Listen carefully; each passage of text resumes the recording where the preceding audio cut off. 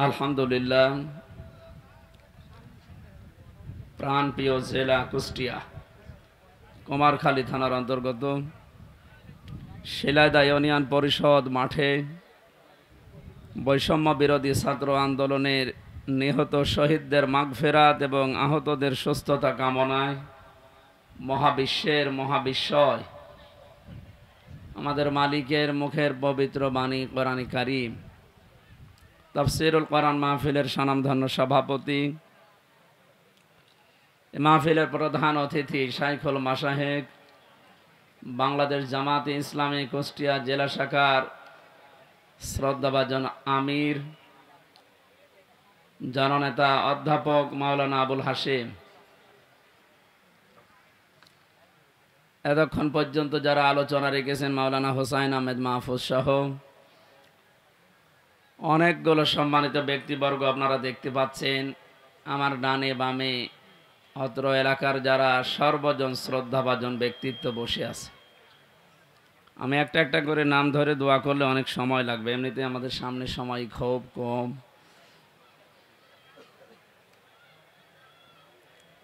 শিক্ষক জিজ্ঞাসা করছিল এক ছাত্রকে, ওই ছেলে গোট বানান কর। বলছে স্যার ABCDEFGHIJKLMNOPQRSTUVWXYZ কি করলে? বলছে স্যার এর ভেতরে আছে, আপনি বানান করে নিন। তো এখন যত নাম ধরে ধরে দোয়া করবো আমরা একবারে করছি, ওয়ারাফা'না লাকা যিকরাক। অনেকগুলো মানুষ তো একটু জোরে বলেন আমিন। সামনে বসা মুসলমান ভাইরা, পর্দার আড়ালের সম্মানিতা মা এবং বোনেরা, প্রাণ প্রিয় কুষ্টিয়াবাসী, আল্লাহর দরবারে শুকরিয়া জানাচ্ছি যিনি আমাদের একটা মুক্ত পরিবেশ তৈরি করে দিলেন এদেশে। এই পরিবেশটা যেন আরও মুক্ত হয়, সেজন্য যা করণীয় এই সমস্ত কাজের প্রস্তুতিমূলক কোরআনে কারিমের আজকের আয়োজন। যাদের উদ্দেশ্যে দিয়েছেন আপনারা লিখে দিয়েছেন বৈষম্য বিরোধী ছাত্র আন্দোলনে নিহত এবং আহত মানুষের সুস্থতা কামনায়। শব্দ দুইটা দিয়েছেন, নিহত এবং আহত। এই যে বৈষম্য দূর করার জন্য পৃথিবীতে আমরা জানি যুগে যুগে নবীদেরকে আল্লাহ যে পাঠিয়েছিলেন যে সমস্ত উদ্দেশ্য নিয়ে, তার ভেতরে এইটাও ছিল, তারা বৈষম্য দূর করার জন্য এসেছিলেন। এইটা থাকার কারণে আজ হাজারো মানুষ আমরা নীরবে জুলুমের শিকার হয়েছিলাম। বাংলাদেশের প্রত্যেকটা দিক এবং বিভাগে আমরা দেখতে পেয়েছি যোগ্যতা থাকার পরেও বৈষম্যের শিকার হয়ে দুর্বিষহ জীবনযাপন করে চলেছিলাম, বিশেষ করে এই 17 বছর। কথা বুঝতেছেন? দেওয়ালে যখন একেবারে পিঠ ঠেকে গেছে তখন আমরা শেষ পর্যন্ত দাঁড়িয়েছি যে না, এই বৈষম্য আর চলতে দেওয়া যাবে না। বিশ্ববিদ্যালয়ে আমরা জানি অনার্স মাস্টার্সকে যারা যে মানুষগুলো ফার্স্ট ক্লাস ফার্স্ট হয় তাদেরকে শিক্ষক হিসাবে রেখে দেওয়া হয়। তো বাস্তবতা এমন জায়গায় পৌঁছিয়েছিল আপনি ফার্স্ট ক্লাস ফার্স্ট না, তার উপরেও যদি কিছু হয়ে থাকে, আপনার ব্যাকগ্রাউন্ড যেটা আছে দলীয় পরিচয় যদি না থাকে, আপনি ফেরেশতা আজরাইল জিবরাইল হলেও আপনাকে ওই জায়গায় দেবে না। অথচ যে জায়গায় যে চেয়ারটা, এখানে যদি ওই রকম যোগ্য মানুষ না বসিয়ে, যার রোল নাম্বার 71, কত, একটা ছেলে এসে বই খাতা ব্যাগ ম্যাগ সব নিয়ে হেড স্যারকে বলছে স্যার হয় ছুটি দেন না আমি গেলাম। গেলাম মানে হেড স্যার তাকিয়ে দেখছে যে পজিশনে আছে, ওরে ছুটি দিলেও যাবে, ও না দিলেও চলে যাবে। তার রোল নাম্বার কত? বলছে স্যার 71। 71 মানে ক্লাসে ছেলে মেয়ে কয়টা? 71টা। 71টা ছেলে মেয়ে, ওর রোল নাম্বার 71। ও খুব ভালো ছাত্র, ওর জীবনে কোনো উদ্দেশ্য আছে, কোনো এম আছে? ও শুধু আসে, খেলাধুলা করে আবার পালিয়ে যায়। তা আমরা বাস্তবে যা দেখলাম এই 15 থেকে 17 বছরে, যার রোল নাম্বার 1, এই মানুষগুলোকে তো এই চেয়ারে বসানোর দরকার ছিল। অথচ শুধু বৈষম্য বৈষম্য শব্দটা যে কত নিকৃষ্ট শব্দ, বাস্তবে আমরা এখন টের পাচ্ছি সব জায়গায়, শুধু শিক্ষা ব্যবস্থা না, প্রত্যেকটা দিক এবং বিভাগে এই শুরু হয়ে গিয়েছিল। এই জুলুম অত্যাচারের বিরুদ্ধে যে মানুষগুলো জীবন দিয়ে গেল, বিশেষ করে আবু সাইদ সহ, মুগ্ধ ভাই সহ যতগুলো মানুষ জীবন দিয়েছে, এদেরকে আল্লাহ শাহাদতের সর্বোচ্চ মাকাম যেন দান করেন। এই জায়গায় যেন কেউ ফতোয়াবাজি করবেন না যে না ওরা একেবারে মারা গেল, তো শহীদ হয়েছে। কে বলেছে শহীদ হয়নি? পানিতে ডুবে মরলে যদি শহীদ হয়, আগুনে পুড়ে মরলে যদি শহীদ হয়, দেওয়াল চাপা পড়ে মরলে যদি শহীদ হয়, অ্যাক্সিডেন্টে মরলে যদি শহীদ হয়, জালেমের জুলুমের সামনে নিজের জীবনটা যে দিয়ে গেল, সে শহীদ হবে না? মানে এই কথা বলছেন, মাস্ট বি, আপনাকে বলাই লাগবে শহীদ। যদি কেউ স্বীকার না করেন, মুখ দিয়ে বলতে না চান, এ কথা কখনো বলবেন না যে ও মারা গেছে। শহীদরা মরে না। বালা হুয়াউন ইনদা রাব্বিহিম ইউরযাকুন, আল্লাহ বলেন ওরা জীবিত এবং আমি আল্লাহর কাছে খাবার খাই। খাবার খেলে আমরা জানি মা শরীরে রক্ত গোশত তৈরি হয় না, হয় না? এটা যে হয় তার প্রমাণ নবীজির চাচা হযরতে হামজা রাদিয়াল্লাহু তাআলা আনহু, তাকে ৭০ টুকরা করেছিল, তার লজ্জাস্থান পর্যন্ত কেটে কেটে ৩ টুকরা করিস। এই ছেলে, এখানে দাঁড়িয়ে কি করো?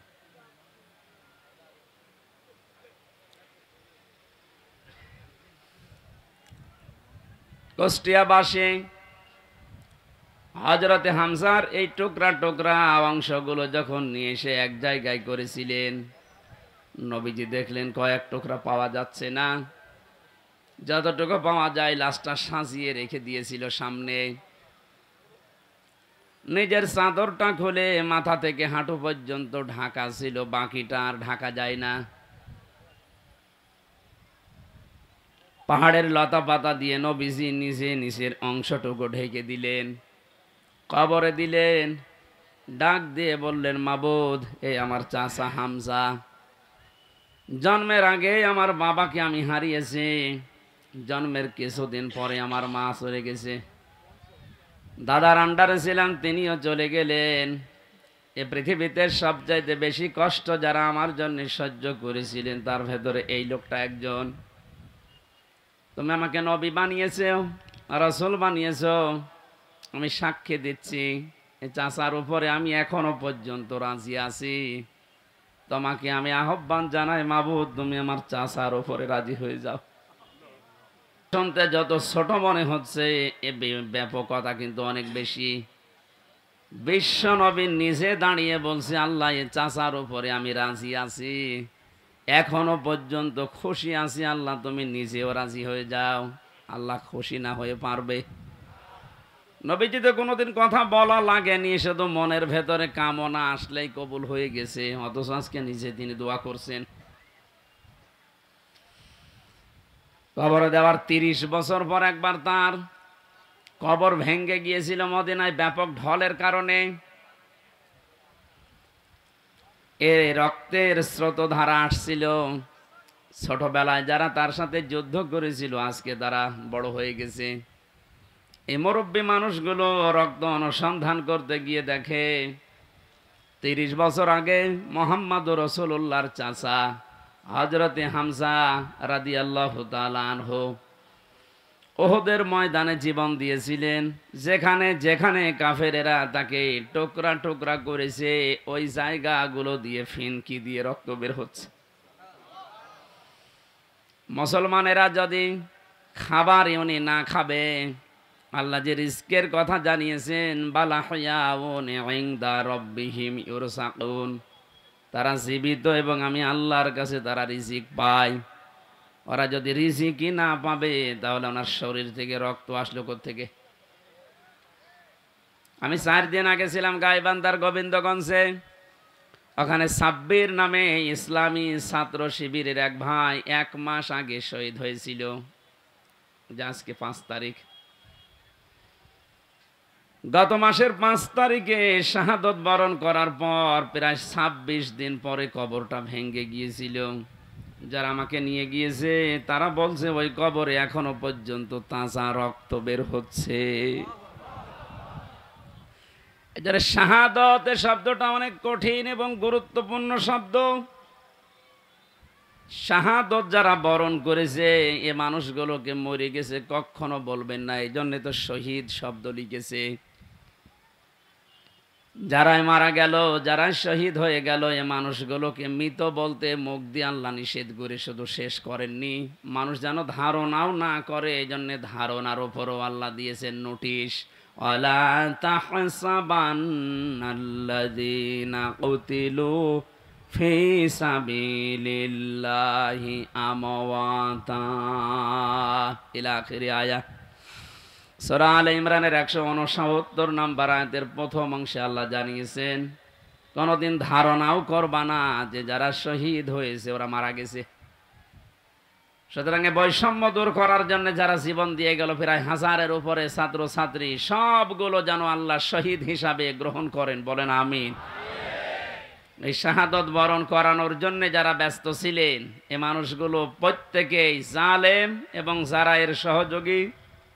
নবীজি তিরমিজি শরীফের হাদিসে জানিয়েছেন যারা জালেম এবং জেনে শুনে জালেমের সহযোগিতা করে, সাহায্য করে, সাপোর্ট দেয়, ও সঙ্গে সঙ্গে নবীর উম্মত থেকে বের হয়ে যায়। আপনি কি বুঝলেন কি বললাম? এরপরও আমরা দেখতে পাচ্ছি জেনে হোক না জেনে হোক অনেকে উন্মাদনায়, উদ্দীপনায়, বিভিন্ন কায়দায় আজ জালেমদের এখনো পর্যন্ত সাপোর্ট করে যাচ্ছেন, তাদের সাফাই গাচ্ছেন। আপনি কিন্তু নবীর উম্মত আর দাবি করতে পারবেন না, যে নবীর উম্মত থেকেই খারিজ হয়ে যাবেন। এই জন্য যারা জালেম এদেরকে এখনো পর্যন্ত সাহস দেওয়ার জন্য যারা বিভিন্ন পথ অবলম্বন করছে, কয়েকদিন আগে দেখতে পেলাম ভিডিওতে একজন বলছে, আপা আপনি ঘাবড়াবেন না, আপনি ঘাবড়ালে আমরা নরম হয়ে যাই। কত বড় শয়তান! ওর চেহারার দিকে তাকিয়ে দেখলাম যে শয়তান তো আমি দেখিনি, যদি দেখতাম মনে হয় ওইরকমই হইত। সুতরাং বৈষম্য দূর করার জন্য যখন এই আন্দোলন হয়েছিল, সফল যখন হয়েছি, এদেশে কোনো বৈষম্য থাকবে না ইনশাআল্লাহ। সংস্কার যখন আরম্ভ হয়েছে, রাষ্ট্র সংস্কারের জন্য আন্দোলন ছিল না? এই কথা বলেন না কেন? সংস্কার যখন আরম্ভ হয়ে গেছে অলরেডি, কোনো জায়গা যেন বাদ না থাকে। গত কয়েকদিন আগে আমিরে জামাত আপনাদের এই শিলাইদা এসে বলে গেছে না যে সংস্কার যখন আরম্ভ হয়েছে, যারা দায়িত্বে আছে আমরা চাই ইনাদের হাতে যেন সংস্কার শেষ হয়। সুতরাং যারা আছেন বেশি দেরি করার দরকার নেই, খুব তাড়াতাড়ি যারা জালেম ছিল এবং জালেমের সহযোগী ছিল একটাও যেন পদে না থাকে। আজকে হলে আর কালকে যাওয়ার দরকার নেই, কারণ এই 1734 জন মানুষ যারা সবচাইতে বেশি জুলুম করেছে এই দেশে চেয়ারে বসে, এই মানুষগুলো আল্লাহর কাছে সব আল্লাহর মামলার আসামি। কেউ বাঁচাতে পারবে না আপনাকে। আমি 3 বছর জেলে ছিলাম, আমার মামলার বাদী ছিল, আয়ু ছিল একজন, বাদী ছিল আরেকজন। বাদী ছিল সরাসরি রাষ্ট্র, এই জন্য আমার এত দেরি হয়েছে। তাছাড়া মামলা যা, ওটা যদি সাজাও লাগিয়ে দিত সর্বোচ্চ 3 মাসের বেশি আমার রাখার কথা ছিল না। অথচ গত পরশুদিন আমার মামলা সব পুরা ঢিসমিস করে দিয়েছে, কিচ্ছু নেই, সব শেষ। আমি মনে করলাম জিজ্ঞাসা করে বিচারপতিকে যে স্যার আপনি তো আগে ছিলেন, 3টা বছর আমার এই মামলা 30 থেকে 31 বার পর্যন্ত উঠেছে, একবারও জামিন দিলেন না। আজকে একেবারে বলছেন যে এর ভেতরে কোনো মাল ম্যাটারেস নেই, কি দেখে বিচার করবো? যা, মানুষ তো আপনি একই আছেন আগে থেকে, তো আমার মনে হয় এর কথা বলতে বাধ্য হইতো যে কি করবো, হাত বাঁধা ছিল। কথা বলেন না কেন? একটা রাষ্ট্র কত বড় দুর্নীতিগ্রস্ত হলে জাতীয় মসজিদের খতিব পর্যন্ত পালিয়ে যায়। এটা থেকে আজ করা যাচ্ছে যে আমরা কোথায় ছিলাম। দেখেন এই লোকটার হাত আজকে খুলে গেছে। এতদিন যে লোকটাকে বারবার অ্যাডভোকেট যারা, উকিল যারা, ব্যারিস্টার যারা কত রিকোয়েস্ট করেছে, কত যুক্তি দেখিয়েছে যে একজন পরিচিত মানুষ, এ তো গোপনে কিছু করে না, এরপরেও বলেছে না কিচ্ছু করার নেই, হবে না, যান। মাসের পরে মাস না, 3 মাস 4 মাস 6 মাস পরে একটা ডেট দিত এভাবে। অথচ টাকা পয়সা দিয়ে এগিয়ে এগিয়ে এগিয়ে এগিয়ে 30 থেকে 31 বার তুলিস, দেয়নি। এই লোকটা গত কয়েকদিন আগে যেভাবে সব দিয়ে দিলে, এই যে মোবাইলটাও দিয়েছে, 3 বছর আটকিয়ে রেখেছিল, গত পরশু দিন দিয়ে দিয়েছে। আমি ভাবলাম যে আল্লাহ, এইরকম হাত বাঁধা লোক এদেশে আর নেই, আছে মানে সব জায়গায়। সুতরাং হাত যাদের খুলে গেছে, আপনি যেন আর হাত বাঁধা না হয় এই কাজ করবেন। আর যারা দায়িত্ব পেয়েছেন, আপনাদের আহ্বান জানাচ্ছি, সংস্কার খুব তাড়াতাড়ি শুরু করেন, নয়তো মাসে মাসেই কিন্তু ইস্যু তৈরি করে ওরা বিশৃঙ্খলা করবে। তৈরি করার চেষ্টা চালিয়েছিল হিন্দুদেরকে দিয়ে, হালে পানি নেয়নি। এই কথা বলছে না কেন? আনসারদের দিয়ে আক্রমণ চালানোর চেষ্টা চালিয়েছে, কিন্তু হালে পানি নেয়নি। কারণ দেশের মানুষ বুঝে ফেলেছে 42,000 আনসার নিয়োগ হয়েছে কয়েক বছরে, তার ভেতরে 35,000 গোপালগঞ্জের। 42,000-এর 35,000 যদি হয় গোপালগঞ্জে, তা আমরা কি ঘাস কাটছি? এই জন্য বৈষম্য বিরোধী আন্দোলনে যে কথাগুলো ছিল, যে দফাগুলো ছিল, সবগুলোর সাথে আমরা একমত। বিশেষ করে শেষ কথা, যেটা শেষ দফা, এক দফায় এসেছিল যে আমরা জালেমের পদত্যাগ চাই। আল্লাহ এই দাবির সাথে আল্লাহ নিজেও ছিলেন। আমার তো মনে হয় শুধু ছাত্ররা না, এদের সাথে আল্লাহ আবাবিল পাঠিয়েছিলেন। আল্লাহ রাব্বুল আলামিন যেহেতু সব কিছু সংস্কার চলছে খুব তাড়াতাড়ি, যেন এই 1634 জন যারা বসেছিলেন অধিকাংশই পালিয়েছে, বাকি একটাও যেন না থাকে, যারা এতদিন পর্যন্ত বৈষম্যের শিকার হয়েছে, তারা যেন এখন এই চেয়ারগুলোতে বসে। এইটাই হবে ন্যায় বিচার। এটা কি হবে? এই ন্যায় বিচারের জন্যই আমরা আন্দোলন করেছিলাম। কথা বলেন ঠিক কিনা?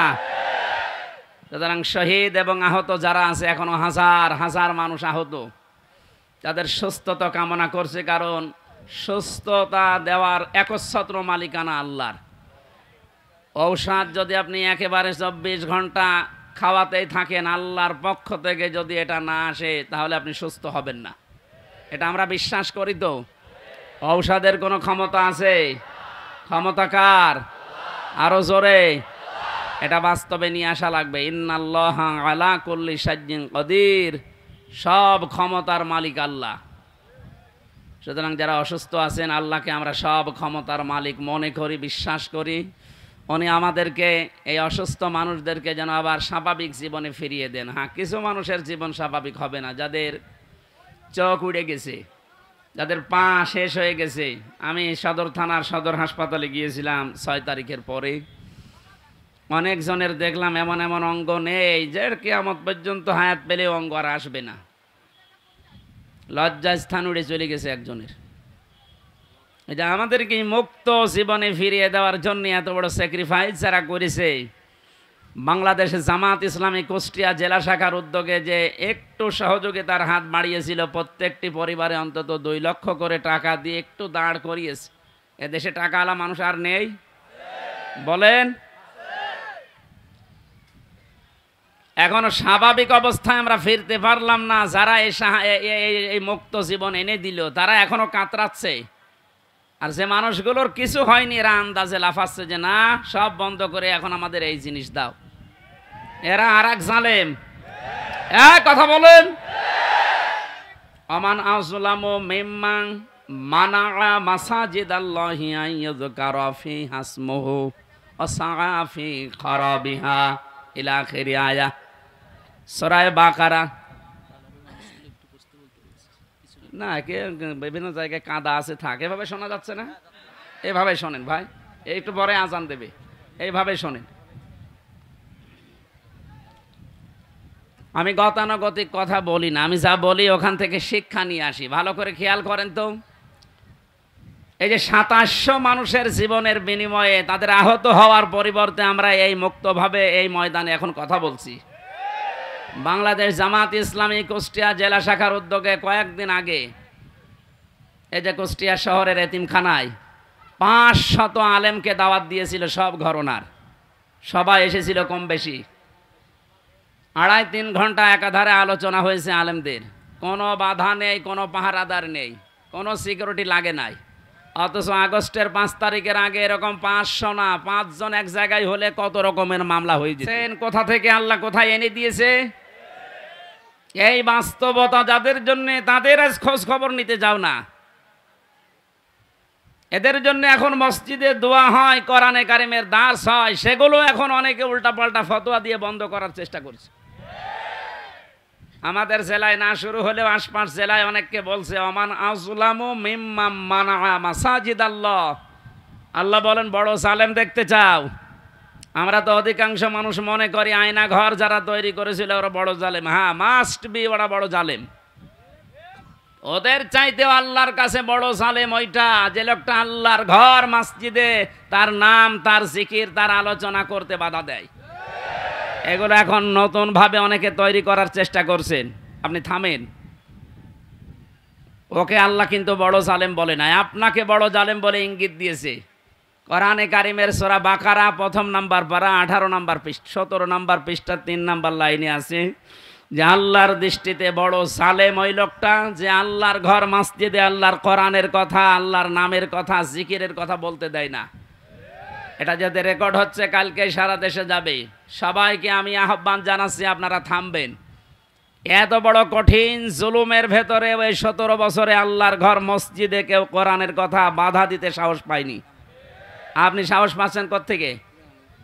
সুতরাং আপনি থামবেন, নয়তো জালেমরা যেমন মুসলমানদের শত্রু হয়ে বিদায় নিয়েছে, আপনিও শেষ পর্যন্ত শুধু মুসলমানদের না আল্লাহর টার্গেটে পড়বেন। কারণ জালেমরা টার্গেট কার? এটাকে আমি বানালাম? বলেন। কোরআনে কারিম জানিয়েছে ইন্নামাস সাবিলু আলাল্লাযিনা ইয়াজলিমুনান নাস ওয়া ইয়াবগুনা ফিল আরদি বিগাইরিল হক উলাইকা লাহুম আযাবুন আলীম। সূরা শুরার 42 নাম্বার আয়াতে আছে, আল্লাহ বলেন অবশ্যই আমি আল্লাহ নিজে বাদী হব, মামলা দেব, কেস করব। টের পাচ্ছেন কত ওজনওয়ালা শব্দ এটা? আল্লাহ নিজে মামলা দায়ের করবে, নিজে কেস করবে তাদের বিরুদ্ধে ইয়াজলিমুনান নাস, যারা মানুষ হয়ে মানুষের উপরে জুলুম করছে। আল্লাহ পাক ইয়াজলিমুনাল মুসলিমুনা দেয়নি যে যারা মুসলমানদের উপরে জুলুম করেছে তারা আল্লাহর মামলার আসামি না। ইয়াজলিমুনান নাস এটা বহু, ইয়াজলিমুনা এটা মোজারে, বর্তমান, ভবিষ্যৎ, প্রেজেন্ট, ফিউচার। এখন যারা জুলুম করছেন, ভবিষ্যতেও যারা করবেন, আপনি কিন্তু এদেশে হামজার মামলার আসামি না, আপনি সরাসরি আল্লাহর মামলার আসামি। আমি আপনাকে বাঁচাতে এসেছি, এরপরও যদি উল্টা বোঝেন নিজের কপালে নিজে আগুন লাগাবেন।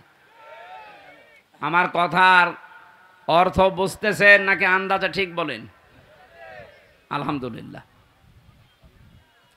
সুতরাং আবার আহ্বান জানাচ্ছি, বৈষম্য বিরোধী ছাত্র আন্দোলনের সংস্কার করার জন্য যারা উদ্যোগ নিয়েছিল, যাদের দায়িত্ব আমরা দিয়েছি, আপনারা খুব তাড়াতাড়ি করেন। কারণ এই জালেমরা যতদিন পর্যন্ত এখানে থাকবে ততদিন পর্যন্ত নতুন ইস্যু তৈরি করার চেষ্টা চালাবে।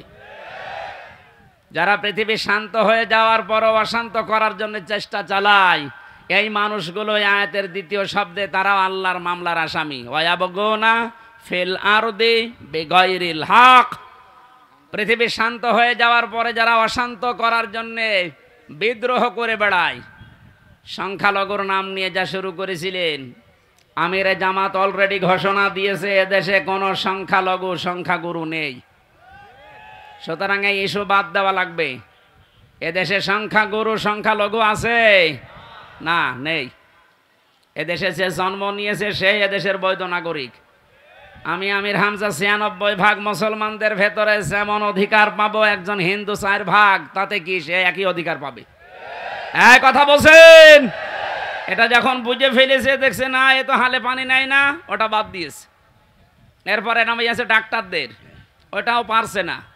এরপরে নামিয়েছে আনসারদের, ওটাও যখন পারে না, আমার মনে হয় ওদের যা চরিত্র, কিছুদিন পরে গলন্দ ঘাটের এই বেশ্যাদের নামাবে। খুব সাবধান থাকা লাগবে। আমি একটু খোলামেলা বলে ফেললাম, কারণ চরিত্র ওদের ওই রকমই, ওদের যা চরিত্র ওই রকমই। ঈমান যাদের ভেতরে আছে তারা তিনটা কাজ কখনো করতে পারে না, এটা কোরআনে কারীম জানিয়েছে। সূরা ফুরকানের ভেতরে আছে 19 নম্বর পারার 4 নম্বর পৃষ্ঠা 14 নম্বর লাইনে, আপনি বাড়িতে যেয়ে তাফসীর মিলিয়ে দেখবেন। ঈমান যাদের আছে কয়টা কাজ করতে পারে না? আরো জোরে।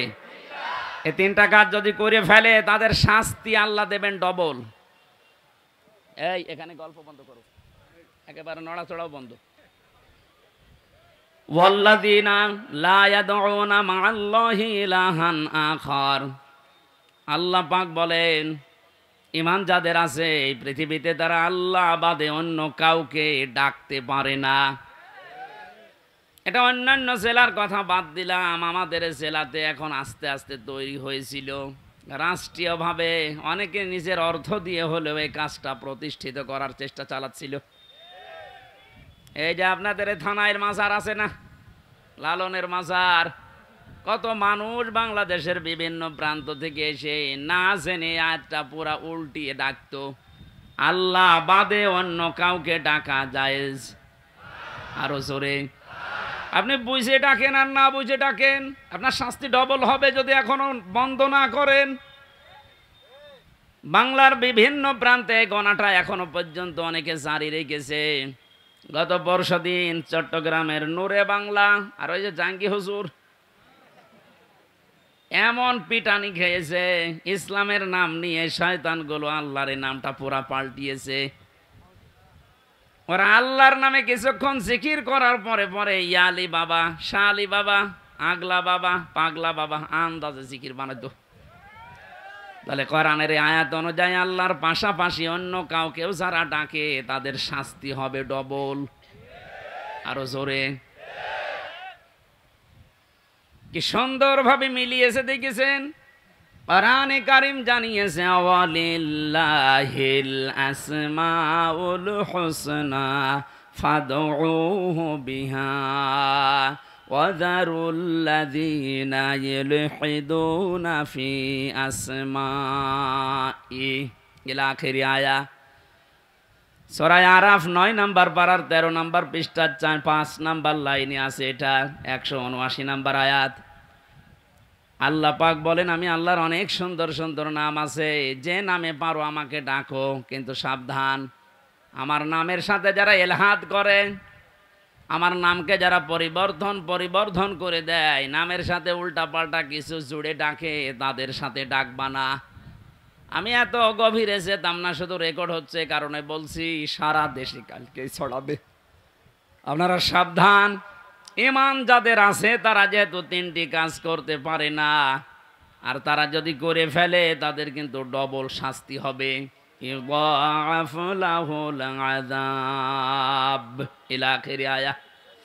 আল্লাহ পাক বলেন তাদের শাস্তি আমি ডবল দেব।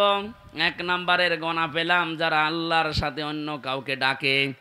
2 নম্বরে ওয়াল্লাযীনা লা ইয়াদউনা মা'আল্লাহি ইলাহান আখারা, আল্লাহর সাথে যারা অন্য কাউকে ডাকছেন এখনই আপনি থেমে যাবেন। 2 নম্বরে এই পৃথিবীর ময়দানে কোনো মানুষ যেন জিনা না করে। কি না করে? এটা ছিল না? আপনি দরবেশের দিকে তাকিয়েছেন, এত বড় বড় দাড়ি, তারে শেষের জীবনটা যেগুলো দেখলাম যদি সত্য হয় উনি পুরাটা জেনায় ছিলেন। কারণ যে স্বামীর কাছ থেকে তার স্ত্রীকে কেড়ে জোর করে বিয়ে করেছে, ও আসল স্বামী তো এখনো তালাকি দেয়নি।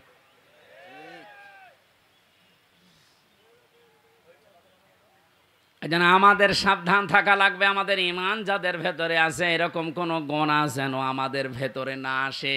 মুমিন মরে যেতে পারে কিন্তু জিনা করতে পারে না। শুধুমাত্র লজ্জাস্থানের জেনাটাই জেনা না, হাতের জেনা আছে, মুখের জেনা আছে। হাতের জেনা কি? কোনো বেগানা মহিলাকে আপনি হাত দিয়ে যদি স্পর্শ করেন জেনা করার গুনাহ হবে। চোখ দিয়ে যদি ওই রকম নিয়তে দেখেন তাহলে জেনা করার গুনাহ হবে। অন্তরে যদি ওইরকম কোনো ধারণা নিয়ে আসেন জেনা করার গুনাহ হবে। জেনা করলে শাস্তি কয়টা বললাম? ডবল। বলেন, আরো জোরে বলেন। আমরা যেন মেনে নিতে পারি এরকম মন মানসিকতা আল্লাহ আমাদের দান করুন, বলেন আমিন। আমি আবার বলছি, শেষ কথা, বৈষম্য বিরোধী আন্দোলনে যে সমস্ত দফাগুলো ছিল সংস্কার করার জন্যে, এটা রেকর্ড হচ্ছে বলে বারবার বলছি, যারা আছেন তাড়াতাড়ি করেন, নয়তো এরকম কুলু আবার তৈরি করবে। প্রধান বিচারপতিকে দিয়ে একবার চেষ্টা চালিয়েছিল, ছাত্রদের জন্য পারে নাই। আমার তো এই যে 8টা 9টা ইস্যু তৈরি করার যা শুরু করেছিল বিদ্রোহ, আমি দেখলাম সবগুলোই আল্লাহ নিজে যেন হ্যান্ডেলিং করছে। সুতরাং যখন কাজ হচ্ছে না আপনারাও থামেন। জালেম তো বিদায় নিয়েছে।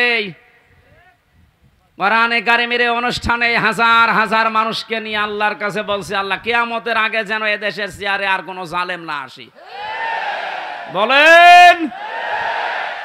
আমির জামাত তো এই দিকে ইঙ্গিত দিয়েছিলেন যে এক জালেমের হাত থেকে মুক্ত হয়ে যেন আমরা অন্য কোনো জালেমের হাতে না পড়ি। অথচ কিছু মানুষ নিজের দিকে এটা নিয়ে উল্টাপাল্টা ফতোয়া দিচ্ছে।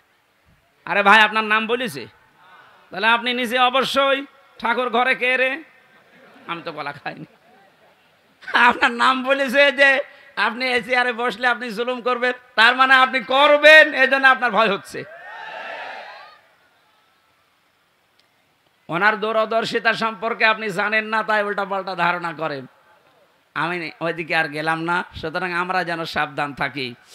দরুদ পড়ছি আমাদের নবী মুহাম্মদ রাসূলুল্লাহর উপরে, যাকে আল্লাহ পুরা কোরআনে বিশেষভাবে 7টা নাম ধরে ডাক দিয়েছিলেন। তার 1 নম্বরে নাম ছিল ইয়াসিন। নাম কি? এখানে কুমারখালী ফাজিল মাদ্রাসা এবং আশপাশের দাখিল আলিম মাদ্রাসার কত সুপার সহ সুপার মাওলানা বসে আছে। ইয়াসিন এটা আল্লাহর ঘোষণা দেওয়া শব্দ। ইয়া হরফে নেদা, ইয়া মানে হে, সিন মানে সাজ্জেদ, সাজ্জেদ মানে নেতা। তাহলে আল্লাহর ঘোষণা দেওয়া নেতা এই পৃথিবীতে মাত্র একজন। কয়জন? এ শব্দের ব্যাখ্যা করতে গিয়ে তাফসিরে কাবির আল্লামা ফখরউদ্দিন রাজি রহমতুল্লাহ আলাইহি লিখেছেন, ইয়াসিন শব্দের 5টা অর্থ আছে।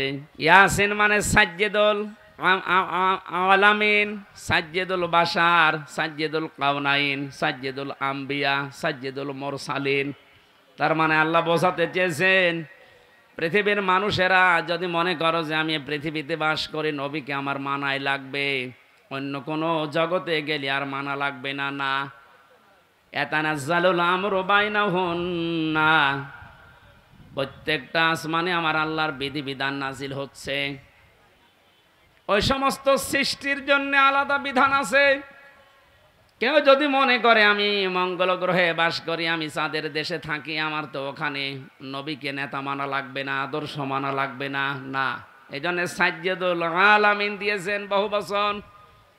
আপনি যে কোনো গ্রহে বাস করেন না কেন, সেখানে মুহাম্মদ রাসূলুল্লাহকে আপনাকে নেতা মানাই লাগবে। এই শব্দটা আমি কয়েকবার উচ্চারণ করলাম, খেলা করার জন্য না। আলেমরা বসে আছে, আহ্বান জানাচ্ছি তাদেরকে, আল্লাহর ঘোষণা দেওয়া নেতা যেহেতু একজন, এই জন্য এই নেতাকে মেনে নেওয়া নামাজের মতো ফরজ। এই কথা বলেন। এটা যারা ঠিক করতে পারছেন না, আপনার নামাজ হবে না।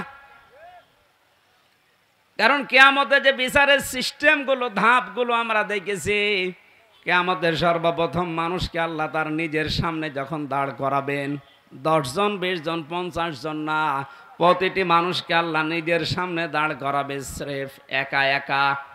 অকুল্লুহুম আতিহি ইয়াউমাল কিয়ামাতি ফারদা। আল্লাহ পাক বলেন সূরা মরিয়মের 95 নম্বর আয়াতে আছে, কিয়ামতে প্রতিটি মানুষকে তার সামনে আল্লাহ দাঁড় করাবেন স্রেফ একা একা। কয়জন করি? বলেন বলেন। আপনি এটা নিজের সাথে এখন মিলান তো। আর রাজনৈতিকভাবে আপনার পরিচয় আলাদা আলাদা আছে, আপনি তো মানুষ, মিলান এই আয়াতটা। এখনই ময়দানে মাশার কায়েম হয়ে গেছে। আল্লাহ আপনাকে যদি ডাক দিয়ে নিজের সামনে দাঁড় করায়, আপনার যে অবস্থা আছে, যে বাস্তবতা আপনি তৈরি করেছেন, বলেন তো আপনার আল্লাহর সামনে দাঁড়িয়ে পেছনের জীবনের হিসাব দিতে পারবেন? বলেন। আমি একা একা থাকলে মাঝে মাঝে ভাবি, আল্লাহ তুমি যদি বলো হামজা 2024 সালের আগস্ট মাসের 31 তারিখ পর্যন্ত তোরে মাফ করে দিলাম, যা। শুধু সেপ্টেম্বরের 1 থেকে 5 তারিখ, এই 5 দিনের হিসাব দিয়ে তুই জান্নাতে চলে যা। আমার যা ইমান আমল, আমার যা বাস্তবতা, আমার তো মনে হয় 5 দিনের হিসাব দেওয়া সঠিকভাবে সম্ভব না। আপনারা পারবেন না? আপনারা পারবেন? কাবা শরীফ যখন তাওয়াফ করে মানুষ, এই যে হাজী সাহেব বসে আছে, কত 6টা চক্করে মানুষ বলে আল্লাহকে, আল্লাহুম্মা ইন্না আলাইয়া হুকুকান ফিমা বাইনি ওয়া বাইনিকা। হে আল্লাহ, তুমি আমার মালিক, আমি তোমার গোলাম, দাস, ভৃত্য, সার্ভেন্ট যাই বলেন, এ পরিচয় দিচ্ছে যে তুমি আমার মালিক, আমি তোমার দাস। দাস হিসাবে তুমি আমাকে সব কিছুই তো দিয়ে দিলে, আমাকে নেই থেকে হামজা বানিয়েছো। আমি তো উল্লেখ করার মতো কিছু ছিলাম না, অথচ আজ হামজা হয়ে বসে আছে এই হাজারো মানুষের সামনে। এখানে অবদান পৃথিবীর কারণে, সব অবদান শুধু তোমার। আমার মা বাবার অবদান আছে কি? তারা শুধু বিছানায় ছিল, এই শেষ। বাকি যা করার নেই থেকে শুরু করে এ পর্যন্ত সব করেছে কে? আরো জোরে। আমার বাড়ি, গাড়ি, নারী, যা লাগে আল্লাহ তুমি সব দিয়েছো আমাকে বান্দা হিসাবে। কিন্তু তুমি যে আমার মালিক, আমার কাছে তো তোমার কিছু পাওনা আছে। গোলাম হিসাবে আমি তোমার কিচ্ছু দিতে পারি নাই। তবে কাবার সামনে আমার 6টা চক্কর চলছে, একটা কথা আমি বলতে পারি, আমার কিচ্ছু নেই দেওয়ার মতো।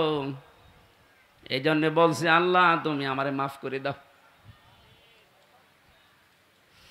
কিয়ামতের কঠিন এই বিচারের ময়দানে মানুষকে আল্লাহ স্রেফ একা তুলবে, কোনো উপায় নেই এই মাপ পাওয়া ছাড়া। কারণ আল্লাহর বিচারে যদি আল্লাহ অবিচার করে, কেউ বাঁচবে? যদি ন্যায় বিচার করে, হ্যাঁ?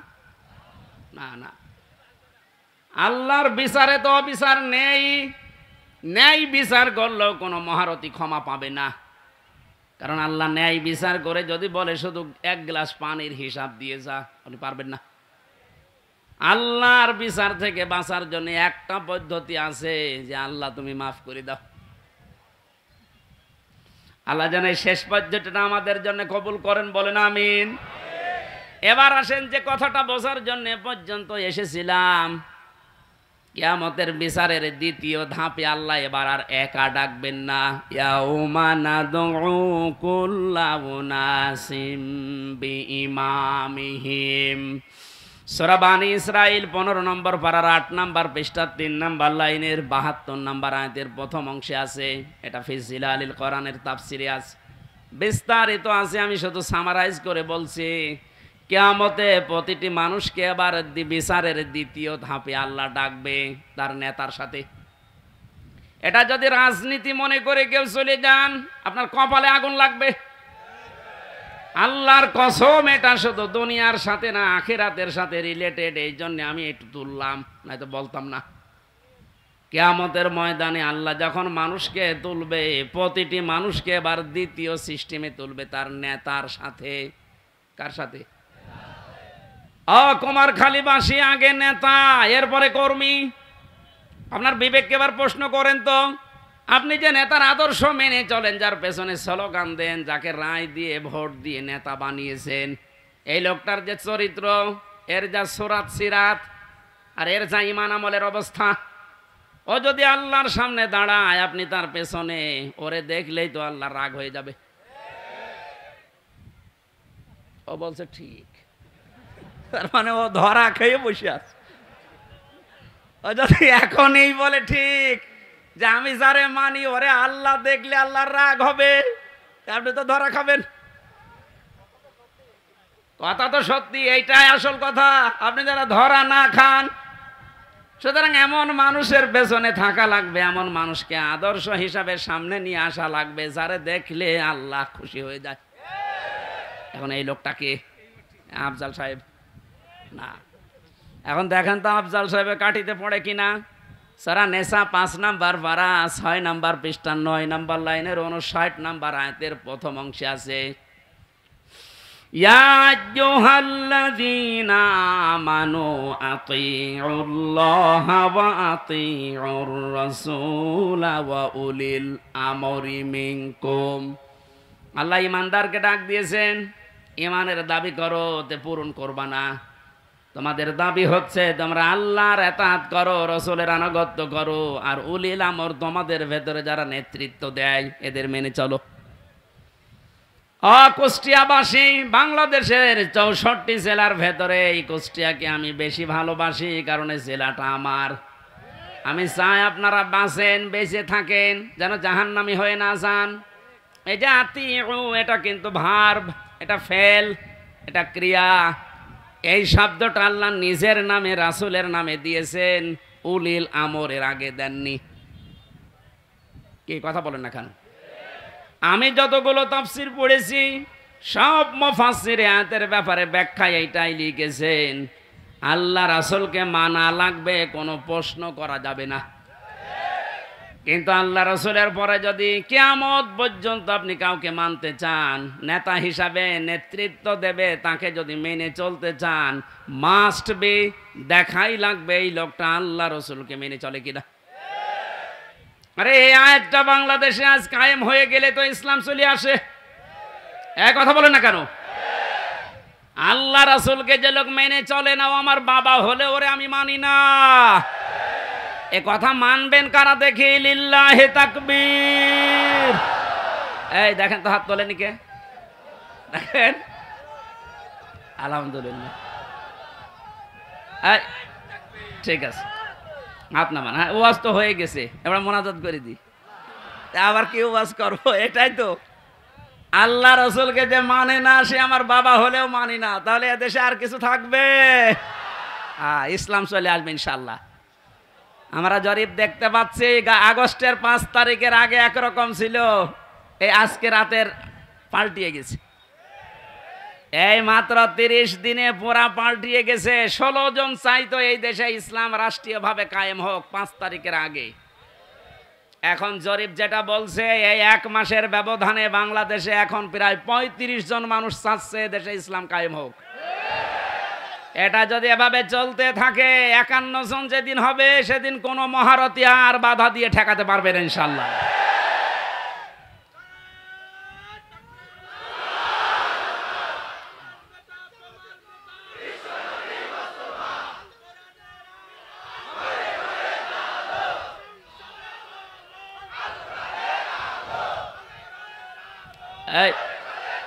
একটু কথা বলতে দেন। একটা, আমি দোকানে ঔষধ নেওয়ার জন্য, আমার মুখ বাঁধা ছিল, বসে আছি। একটা লোককে বলছে, ভাই যে আমির হামজা আসতেছে, ওয়াজ শুনতে যাবেন না? উনি জবাব দিয়েছে, ওয়াজ কি শুনতে যাব, গেলে তো রাজনীতি হবে। চিন্তা করেন তো, ওর মন মানসিকতা কোন দিকে। আমি কি রাজনৈতিক দলের কোনো লিডার? এই বলেন, আমি কি ঘোষণা দিয়েছি যে আমি ভোটে দাঁড়াবো? আপনার এত ভয় কেন? রাজনীতি এটা কোরআনের একটা অংশ। 903 জায়গায় আল্লাহ ডাইরেক্ট ইনডাইরেক্ট এই শব্দগুলো দিয়েছে। রাজনৈতিক জীবনে যেন আপনি জাহান্নামে চলে না যান, এই জন্যই তো পাহারা দিচ্ছি। এক কথা বলুন। আর আপনি উল্টা বুঝে, না এটা রাজনীতি হবে। রাজনীতি হবে মানে কোরআন বাদ দিয়ে রাজনীতি আছে? কোরআন বাদ দিয়ে যারা রাজনীতি করেছে, তাকান, দরবেশ পর্যন্ত 36,000 কোটি টাকা ঋণ করেছে। যেহেতু কোরআন ছিল না, এই জন্যই তো এত দুর্নীতি। কোন জায়গায় যেন এই দুর্নীতি আর ফিরে আসতে না পারে। আল্লাহ রাব্বুল আলামিন নবীকে ডাক দিয়েছিলেন কয়টা নাম ধরে? 7টা। কয়টা? 7টা নামে ডাক দিয়েছেন পুরা কোরআনে। আর 1 নম্বরে হচ্ছে ইয়াসিন। সুতরাং আপনি যদি পৃথিবীর কোনো জায়গায় বাস করেন, আপনাকে নেতা হিসাবে, আদর্শ হিসাবে মানা লাগবে মুহাম্মদুর রাসূলুল্লাহকে। যদি বলেন না আমি পৃথিবীতে থাকি না, আমি থাকি মঙ্গল গ্রহে, ওইটা কার? বলেন বলেন। এই জন্য মুফাসসির দিয়েছেন সাইয়্যিদুল আলামিন, বহু বছর যেখানেই থাকেন সেখানেই নবীকে মানা লাগবে কিয়ামত পর্যন্ত। আল্লাহ আমাদেরকে, অনেকে বলে যে ইয়াসিন সূরা একবার পড়লে 10 খতম কোরআন শরীফের সওয়াব হয়। হ্যাঁ হয়। এর ভেতরে যে 83টা শিক্ষা আছে, আপনি তো একটাও মানেন না, কিসের সওয়াব হবে আপনার? এর প্রথম শিক্ষা এইটা যে ইয়াসিন আল্লাহর ঘোষণা দেওয়া নেতা। কয়জন? নেতা নেতা বারবার বলছে মানে রাজনীতি মনে করছেন? এটা যদি রাজনীতি হয় এইটাই রাজনীতি। বলেন বলেন। মুহাম্মদুর রাসূলুল্লাহ যতদিন পর্যন্ত খাবারের এই ঝুড়িকে আবু জেহেলের মাথা থেকে আবু বকরের মাথায় নিয়ে আসতে না পেরেছেন ততদিন তিনি মানুষের মুখে হাসি ফোটাতে পারেননি। খাবার তো একই ছিল, খাবার একই ছিল না, শুধু ঝুড়িটা আবু জেহেলের মাথা থেকে নামিয়ে আবু বকরের মাথায় তুলে দিয়েছিলেন, হযরত ওমরের মাথায় তুলে দিয়েছিলেন। সিস্টেম একই ছিল, মানুষও এক, খালি পাল্টিয়েছে ঝুড়িটা। ওর জামানায় থাকতে মানুষ না খেয়ে মরিছে, আর হযরতে আবু বকর ওমরের জামানায় এসে মানুষ না খেয়ে মরিছে। আমরা তো এইটাই চাই কোরআন দিয়ে। কথা বলেন না কেন? আল্লাহ ঘৃণিত করে দেন যে মানুষগুলো সীমা ছাড়িয়ে যায়, তাদের বসবাসের জায়গা পর্যন্ত আল্লাহর কাছে ঘৃণিত। এটার বাস্তব প্রমাণ হচ্ছে আবু জেহেলের বাড়ি। কাবা শরীফ তাওয়াফ করার পরে আমি যখন উপরে গেলাম দেখলাম আমার পেটে ব্যথা করছে। পুলিশকে ডাক দিয়ে বললাম, ভাই এতক্ষণ তো ভালোই ছিলাম, এখন পেটে ব্যথা করছে মানে? পুলিশ তার আমার ভাষা বোঝে নাই, আমার বলছে ইয়া হাজি আল হুজ্জাত আয়না বিলা দোকা। ও হাজি, দেশ কোথায়? জি তুমি বাংলাদেশ, বাংলাদেশ থেকে এসেছি। ওর ভাষা দিয়ে আমারে বোঝাচ্ছে, ভাই হাজি সাহেব আপনি জানেন না এটা কোন জায়গা? না তো, আবু জেহেলের বাড়ি। আপনি এখনো পায়খানা না করে দাঁড়িয়ে আছেন, তাড়াতাড়ি করেন। সত্যি কথা বলছে, পায়খানা করে দেখি পেটের যে ব্যথা ছিল সব ভালো হয়ে গেছে। আল্লাহ আমাকে জানাতে চেয়েছে, হামজা 4.5 লাখ টাকা খরচ করে আসলে ওই সময় 16 সালে, এখনো পায়খানা না করে দাঁড়িয়ে আছো, তাড়াতাড়ি করো। ওর বাড়ি পর্যন্ত আল্লাহ এত ঘৃণিত এত নিন্দিত বানিয়েছে। জায়গাটা কিন্তু দামি জায়গা, কাবার পাশেই। এমনকি নবীজির বাড়ি ওর বাড়ি থেকে কাবার থেকে আরো দূরে ছিল, কারণ কাবার পাশে আবু জেহেলের বাড়ি, এরপরে নবীর বাড়ি। কাবার পাশে যতগুলো জমি জায়গার দাম বেশি না কম? বলেন। শুধু জালেমের বসবাস হওয়ার কারণে আল্লাহ আন্তর্জাতিক টয়লেট বানিয়ে দিয়েছে। তামাম দুনিয়ার মানুষ এই কাজ করে। কি আমি এতক্ষণ কি বলছি? এদেশে যারা জুলুম করেছে তার জায়গা জমি বাড়ি ঘর যত দামি হোক, এটা আল্লাহর কাছে এখন ঘৃণিত। কারণ দেখবেন মুজদালিফা থেকে যখন মানুষ যায়, একটা জায়গা আছে খুব তাড়াতাড়ি হাঁটে, কারণ এটা গজবের জায়গা। জালেমদের এই জায়গাগুলো এত বেশি ঘৃণিত, নিন্দিত, এত বেশি অপমানকর হয়ে যায় আল্লাহর কাছে, আল্লাহ ওইটাকে পর্যন্ত আর পছন্দ করে না, ওখানে জালেম থাকতো তাই। সুতরাং বাংলার কুষ্টিয়া জেলা সহ যত জায়গায় জালেমের বসবাস ছিল, আহ্বান জানাচ্ছি যারা দায়িত্বে আছেন এই জায়গাগুলো ইন্টারন্যাশনাল পায়খানা বানিয়ে দেন। একটু বেশি বলে ফেললাম? না না, বেশি হয়নি, কম হয়েছে। কারণ এই জায়গা থেকেই তো ইসলাম মানবতা ধ্বংস করার জন্য ওখানে বসে বসে দুর্বিসন্ধি করতো। কুষ্টিয়া এরকম জায়গা ছিল না, যেখানে যেখানে ছিল ওগুলো পায়খানা বানিয়ে দিন। মানুষ যেন কিয়ামত পর্যন্ত কুষ্টিয়া জেলায় যারা আসবে তারা যেন জানে যে জালেম তো একটা ছিল এই দেশে। আসিফ মাহমুদ নামে যে উপদেষ্টা কয়েকদিন আগে ঘোষণা দিয়েছে, আয়না ঘর এদেশ থেকে যেন ধ্বংস করা না হয়, ওটা স্মৃতি হিসাবে রেখে দেন। সারা বিশ্বের মানুষ আসবে, মানুষ যেন জানে যে এই পৃথিবীর ময়দানে বাংলাদেশ নামে একটা দেশ ছিল, সেখানে একটা জালেম ছিল। মানুষ কত কঠিন হৃদয়ের হলে আয়না ঘর বানাতে পারে, আমার মাথায় আজও ধরে না। আমান আজমের ঘোষণা শুনেছেন কয়েকদিন আগে? একটা মানুষ কত বড় কষ্ট পেলে কথাগুলো বলতে পারে বলেন? অনেকে বলছেন আমরা মাফ করে দিলাম। হ্যাঁ, মাফ করে দিয়েছেন, ঠিক আছে। সারা দেশের 18 কোটি মানুষ যদি মাফ করে দেয়, আয়না ঘর যারা জড়িত ছিল, ব্যারিস্টার আরমানের বউ মাফ করবে না, জীবনও করবে না। আপনি ওই জায়গায় পৌঁছাননি তাই বুঝতেছেন না।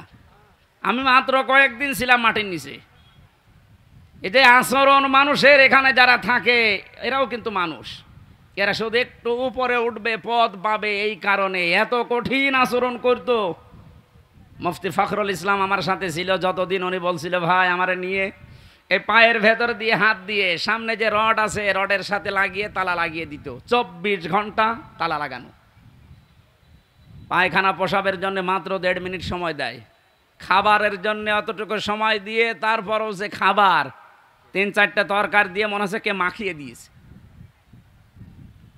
জেলে আমার সাথে পাশাপাশি যখন বেড ছিল আমারে বলতো, হামজা আমার মাঝে মাঝে মনে হতো আল্লাহ ওরা আমাকে যদি মেরে ফেলে মেরে ফেলুক, কিন্তু এটা যদি একটু শুতে দিত।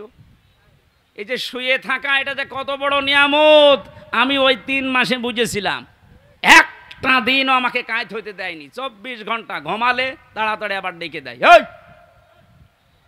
আমার 11 ঘন্টা টাঙিয়ে রেখেছিল, হাতের ভেতরে হ্যান্ডকাপ দিয়ে, তাও পেছনে, পায়ের ভেতরে ডান্ডা বেড়ি লাগিয়ে, কালো কাপড় দিয়ে চোখ বেঁধে, মাথার ভেতরে দড়ি লাগিয়ে টাঙিয়ে রেখেছে 11 ঘন্টা। অথচ ও বিষয়ে আমি কিচ্ছু জানি না। একটু যদি পা মাটিতে ঠেকে যায়, উপর থেকে 4 তলা 5 তলা থেকে ক্যামেরা দেওয়া আছে, গরম দেয়, ওই একবারে ঘুম ভেঙে যায়। এই দুপুর 2টায় নিয়ে গেছে, একবারে রাত 11টায় নিয়ে এসেছে। বলেন তো একটা মানুষ এভাবে টিকে থাকতে পারে? আমার নামাজ পড়তে দেয়নি। জোহর, আসর, মাগরিব, এশা সব নামাজ আমি ইশারায় পড়েছিলাম। ও কখন সময় হচ্ছে কখন সময় হয় না আমি তো কিছু জানি না, কারণ মাটির নিচে। কঠিন পরিস্থিতি তৈরি করে এখনো অনেকে বলছে, হ্যাঁ কি করেছে যে ওর পালিয়ে যাওয়া লাগলো? কি করেছে মানে আপনি টের পাচ্ছেন কি করেছে? চলেন আপনারা 10 দিন একটু রাখি, কি করেছে আপনাকে দেখাবো।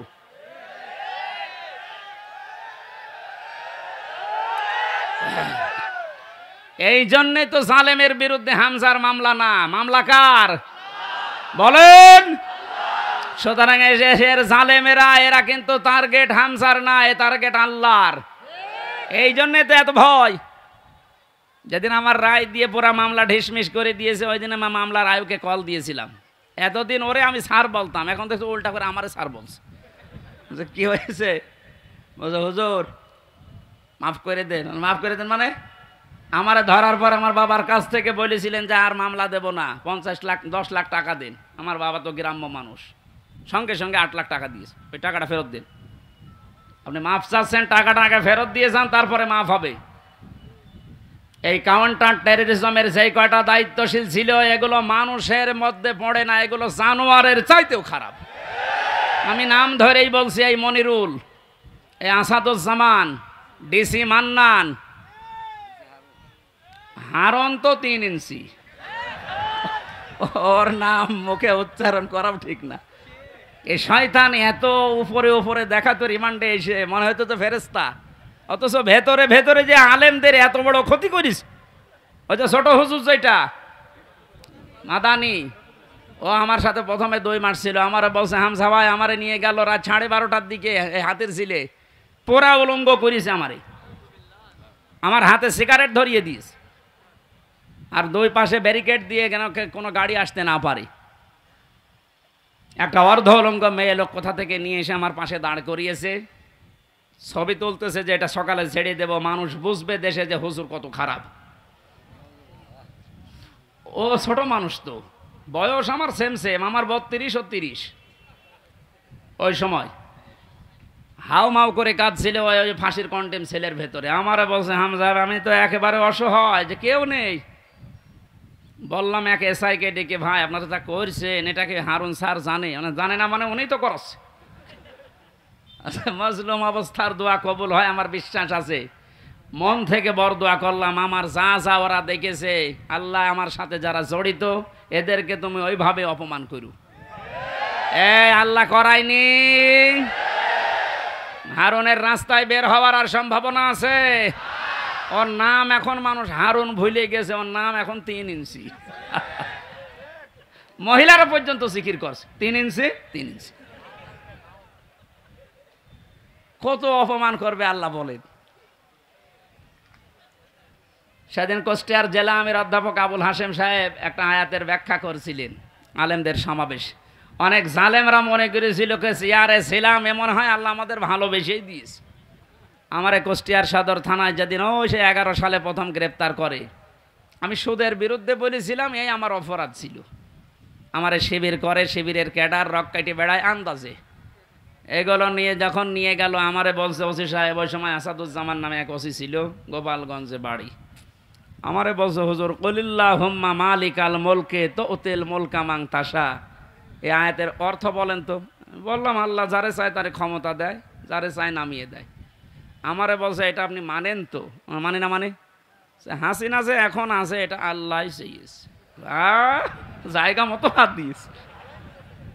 শয়তান যাতে মাতাল হলো তার ঠিক আছে দিয়েছেন। কথা শেষ করার পরে আমি যেটা এখান থেকে বের করতে পারি, ওনারা বোঝাতে চায় যে আল্লাহ আমাদেরকে দয়া করে, ময়া করে, মহব্বত করে, ভালোবেসে এই চেয়ারে রেখেছে। আমরা যা করছি এ কোনো অসুবিধা নেই, আল্লাহ আমাদেরকে। কথা বলে না কেন?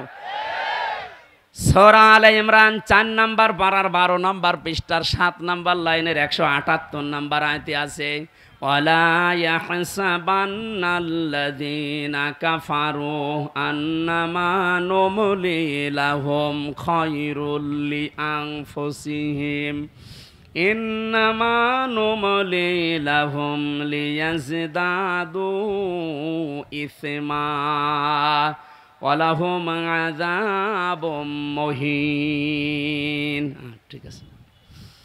আল্লাহ পাক বলেন কাফেরেরা ধারণা করে যে ক্ষমতার চেয়ারে বিত্ত বৈভব, টাকা পয়সা, অর্থ সম্পদ আল্লাহ আমাদেরকে দিয়েছে ভালোবেসে মহব্বত করে। আল্লাহ পাক বলেন না, এগুলো এদেরকে দিয়েছি এদের পাপ যেন পরিপূর্ণ হয়ে যায়। পরিপূর্ণ হয়েছে না হয়নি? হয়েছে বলে আল্লাহ আয়াতের শেষে দিয়েছেন ওয়ালাহুম আযাবুম মুহিন, তাদের জন্য আমি অপমানজনক শাস্তির ব্যবস্থা করে রেখেছি। এদেশে আলেমদের বিরুদ্ধে যারা সোচ্চার ছিল সবচাইতে বেশি, এই কালামানিক এত বড় অপমান আল্লাহ করেছে, ওর বিসি পর্যন্ত আউট করে দিয়েছে। সেদিন একটা অক্ষ থেকে যেন ডাবিং করে বলছে ওরা আমার বিসিতে মারলো কেন? আর কি অপমান হবেন আপনি? ও এখন যে অবস্থায় আছে আমার মনে হয় ওর মরে যাওয়া ভালো। কথা বলেন। এই জন্য আহ্বান জানাবো, যাদের নেতা ঠিক নেই, আদর্শ ঠিক নেই, আপনি ফিরে আসেন। আপনি কিন্তু জাহান্নামে যাচ্ছেন। আপনি যাই ভুল বোঝেন আর মনে করেন। আল্লাহ আপনাকে হেদায়েত দান করুন, আমিন। সূরা তাওবার 119 নম্বর আয়াতটা আমরা পড়েছিলাম। কোন সূরা? এর নামকরণ, শানে নজুল, ঐতিহাসিক প্রেক্ষাপট এবং বাস্তব 9টা শিক্ষা আছে আয়াতের। এবং এখান থেকে তাফসীর আকারে যে কথা বলতে আরম্ভ করব, এখন কি সময় পাবো? তো আজকে মাহফিল আছে ত্রিমোহনীর পাশে, ত্রিমোহনী, কুষ্টিয়া ত্রিমোহনীর পাশে। রাত্রে এসার পরে আমি উঠবো, আমার মনে হয় তাফসীর আকারে ওখানেই কথা বলবো। আজকে আমাদের আব্দুল গফুর সাহেব আছে প্রধান অতিথি, ওখানে আপনারা দাওয়াত দিয়ে গেলাম, যাবেন। খুব সংক্ষেপে করছি। ইয়া আইয়ুহাল্লাযীনা আমানু, আল্লাহ ইমানদারকে ডাক দিয়েছেন। আমরা ইমানদার না বেঈমান? আমাদেরকে আল্লাহ ডাক দিয়েছেন ইত্তাকুল্লাহ, আমাকে ভয় করো। আল্লাহকে ভয় করলে 9টা ফল পাওয়া যায় দুনিয়ায়, আখেরাতে পাওয়া যায় 27টা। এই বিষয়ের উপর আজকে আমরা ওখানে কথা বলছি। অকুনু মা'আস সাদিকিন, তোমরা সত্যবাদীদের সঙ্গে থাকো কাজে এবং কর্মে। আল্লাহ রাব্বুল আলামিন বাস্তবে আয়াতটা আমি খুব ব্যাখ্যা করার জন্য সময় না পাওয়ার কারণে দুঃখিত। আগামীতে যেহেতু আজকেই এসার পরে ওখানে যাবেন, কোন মা'আস সাদিকিনের উপরে কথা বলবেন ইনশাআল্লাহ। আল্লাহুম্মা আমিন। লা ইলাহা ইল্লা আনতা সুবহানাক ইন্নী কুনতু মিনাজ জালিমিন। আল্লাহ তাআলা, তোমার কোরআনে কারীম থেকে যে কথাগুলো শুনেছি প্র্যাকটিক্যাল লাইফে আমল করার তৌফিক দাও। এদেশটা বহু মানুষ তো চালিয়েছে, আমরা দেখলাম। কোরআন দিয়ে চললে কেমন দেখা যায় এখনো দেখি নাই। এইটা দেখে মরার তৌফিক আমাদেরকে দান করো রব্বুল আলামিন। বহু কষ্ট করে আয়োজনটা 15-17 বছর পরে যুবকেরা আঞ্জাম দিয়েছে। মুক্ত পরিবেশে, মুক্ত জীবনে তোমার কোরআনের কথা শুনতে পাওয়া, বলতে পারা কত বড় নিয়ামত এখন আমরা টের পাচ্ছি। এই নিয়ামত যখন আমাদেরকে দিয়েই দিয়েছো আল্লাহ, কিয়ামতের আগে যেন এদেশে কোনো জালেম আর আসতে না পারে। এই সন্তানদেরকে যে মাটা পেটে নিয়েছে, মায়ের পেট তুমি ধন্য করে দাও। মা বোনদেরকে পর্দায় থাকার তৌফিক দাও। কোরআনের এই কথাগুলো সহজ সরলভাবে আমার বান্দা, তোমার বান্দা বান্দীদেরকে মেনে চলার সুযোগ দাও। বারাকাল্লাহু লানা ওয়া লাকুম ফিল কোরআনিল আযীম। মরণ আসলেই তুমি আমাদের মুখে বের করে দিও লা ইলাহা ইল্লাল্লাহু মুহাম্মাদুর রাসূলুল্লাহ। এটা